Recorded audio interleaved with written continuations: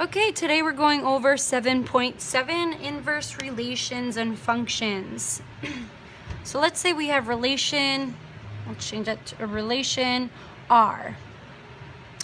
And we have our x values and our y values. So x values is always the domain, and your y values are always the range. Okay, so if we're finding the inverse of R, that is going to be denoted as r to the -1, which just means the inverse of r. So then what you're going to do to find the inverse is you're just going to switch the x and the y's, or you'll switch the domain and the range. So now the domain here is the same as the range here. So these y's are now these x's. And the domain here is now the range here. So we have -1, 0, 1, and 1. So for this one here, this is not a function, and that's because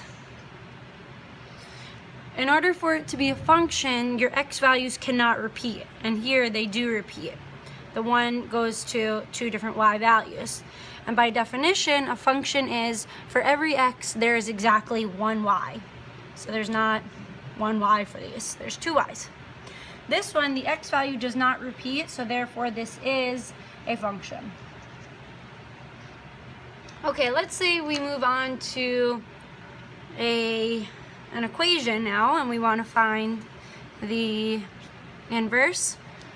We know that when we're finding inverses, if you're looking at a graph and say you have the point 2, 4, this point 2, 4 has an inverse, and the inverse is going to be reflected over your y equals x line.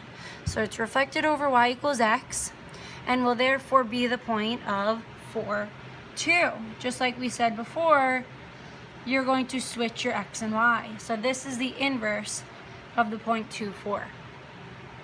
So let's say we have y equals x squared plus 3, and we want to find the inverse. So in order to find the inverse, you're going to switch x and y, then solve for y. So for this one, we'll switch x and y. We have x equals y squared plus 3 now, and we're going to get y by itself. We'll subtract 3. We have x minus 3 equals y squared. And then we're going to take the square root of both sides here. When we take the square root, we know we get plus and minus. So this is going to be plus and minus x minus 3. And then to write the inverse, I'm going to write it as y inverse equals this whole thing. So this is the inverse of x squared plus 3. So let's say we wanted to find the domain and the range now. So when we're doing that, we can look at both of these. We have y equals x squared plus 3, and we have y inverse equals plus and minus the square root of x minus 3. So when we do that, we know that this is going to be a parabola shape. So just to visualize it, it's easier if you draw it out. Then we know that we're going up 3 units. Because x squared plus 3 is taking this and you're going up 3 units. So then we know that we can actually plug in other points here. If I plug in for x and y, let's plug in, if we plug in 0, we get 3. We can plug in -1 and -2 and 1 and 2. So if I plug in a 1 here, I get 1 squared is 1 plus 3 is 4. And same for the -1. Plug in 2, 2 squared is 4 plus 3 is 7. And 7 here. So we get 1, 4. We get -1, 4. This one is 0, 3. We get 2, 7. Okay, so, and -2, 7. So this is going to be the parabola of x squared plus 3. And if we look at this, we know that the domain is our x values, and we know that for parabolas, the domain is all reals. You can plug in any number for x, any real number for x. And the range, if we look at your y values, since we had to move this up 3 units, your y's are greater than or equal to 3. So since we already graphed this first one, it'll be easy to graph the second one here, x and y, because we know that we just switch your x and y values. So now my y values here are 7, 4, 3, 4, and 7, because that's what we had for the y's here. And the y's over for our inverse are going to be -2, -1, 0, 1, and 2. We just switched them. So we know that now we can also say what the domain and the range are here. So the domain for this is going to be x is greater than or equal to 3, and the range is going to be the same as the domain here, which is all real numbers. So if we go ahead and graph this, we know it should look like a reflection over y equals x. So here's the point 3, 0. We have the point 4, 1, and 4, -1, 7, 2, and 7, -2. So we graph these, and this is the inverse of the parabola that we just graphed, with the domains and a chart. Okay, if we move on, we can say that these aren't always going to have plus and minus on it. So then that will change the domain and the range. So let's say we have y equals plus and minus the square root of x. We know that that is going to be 0, 0, and it's just a parabola on its side here, just like this. And that's because this is the inverse of x squared. Let's say we just have, so if we have the domain and range of this, the domain of this is x is greater than or equal to 0. And the range of this is going to be all reals because it's going up and it's going down.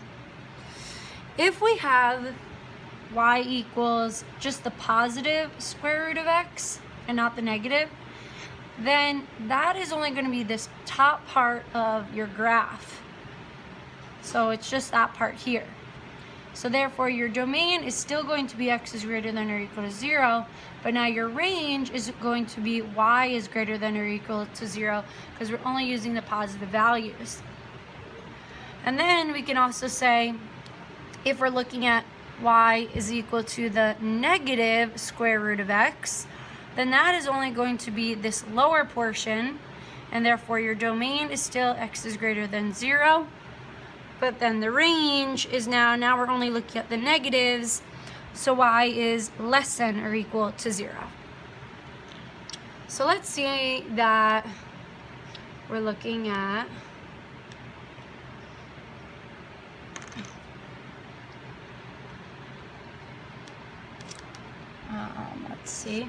let's say we're looking at y equals a 10 minus 3x, and we want to find the inverse. So the inverse of this is going to be, we're going to switch x and y, so finding the inverse of this, the inverse is going to be x equals 10 minus 3y. And then we're going to solve for y here. We're going to subtract 10. We're going to have 10x minus 10 equals negative 3y. We'll divide by negative 3. And therefore we get y inverse is equal to x minus 10 over negative 3. So here's the inverse, and here's the original one. So if we look at these, we know that these are both linear because it's x to the first. So we know that the domain and the range for both of these are all reals. And then what we can look at is the composition of inverse functions. So for example, if I wanted to find f of f inverse of, actually let's do f inverse of f of 3. So if we do that here, we can plug this in and we'll get f inverse of, we're plugging 3 in here, 10 minus 3 times 3, so that's a 10 minus 9.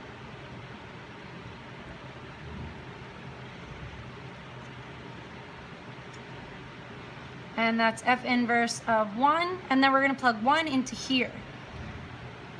So we get 1 minus 10 divided by negative 3 is negative 9 over negative 3, which is a 3, which means that anytime you plug in to find the composition of inverse functions, you're always going to end up with the same number. So this is automatically going to be equal to 3, because the only time that these are going to satisfy the commutative property is if these are inverses of each other. So therefore, if I have f of f inverse of x, that's always equal to x.